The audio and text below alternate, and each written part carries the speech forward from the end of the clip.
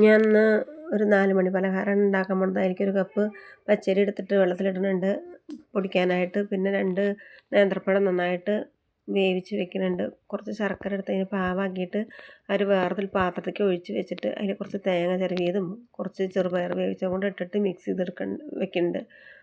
പിന്നെ ഈ അരി നന്നായി പൊടിച്ചിട്ട് അതിലേക്ക് നേന്ത്രപ്പഴം നന്നായിട്ടിട്ട് ഉടച്ചെടുക്കണം. നല്ല മിക്സ് ചെയ്തെടുക്കണം. അതിലേക്കൊരു നുള്ളു ഉപ്പ് പൊടിയും കൂടെ ഇട്ടിട്ട് കുറച്ച് നെയ്യും കൂടെ ചേർത്തിട്ട് നന്നായിട്ട് മിക്സ് ചെയ്യണം. അത് പരത്താൻ പാകത്തിനാക്കാൻ കുറച്ച് ചൂടുവെള്ളം കൂടെ ചേർത്ത് നമ്മൾ കുഴച്ചെടുക്കുക. എന്നിട്ട് അതിന് നന്നായി പരത്തിയിട്ട് നമ്മൾ ഈ മിക്സ് ചെയ്തിട്ടുള്ള അതൊക്കെ അതിൽ കൂട്ടിയിട്ട് ശർക്കരയൊക്കെ കൂടെ അതിൽ കൂട്ടിയിട്ട് മടക്കിയെടുത്ത് നല്ല പോഷകാടയാണ് ഞാൻ ഇന്ന് ഉണ്ടാക്കുന്നത്. അപ്പോൾ ഇത് കുട്ടികൾ ചിലപ്പോൾ ഈ നേന്ത്രപ്പഴമൊന്നും കഴിക്കാൻ കൂട്ടാക്കാത്ത കുട്ടികളുണ്ടാകും. അവർ ചില കുട്ടികൾ നേന്ത്രപ്പഴമൊന്നും കഴിക്കാൻ ഇഷ്ടപ്പെട്ടില്ല. അതുപോലെ ചെറുപയറൊന്നും അവർക്കൊക്കെ നല്ലൊരു വിഭവമാണിത്. എല്ലാവർക്കും ഒരുപോലെ ചെറുപയറും അതുപോലെ നേന്ത്രപ്പഴവും തേങ്ങയും ശർക്കരയും എല്ലാം ഉണ്ടല്ലോ. അതുകൊണ്ട് കുട്ടികൾക്കും മുതിർന്നവർക്കും ഒരുപോലെ ഇഷ്ടപ്പെടുന്നൊരു ഭക്ഷണമാണ്. നിങ്ങൾക്ക് ഈ വീഡിയോ ഒക്കെ ഇഷ്ടമാവുകയാണെങ്കിൽ എല്ലാവരും ഒന്ന് ലൈക്ക് ഷെയർ സബ്സ്ക്രൈബും ചെയ്യണം. എന്തായാലും ഞങ്ങൾക്ക് നല്ല ഇഷ്ടമായി.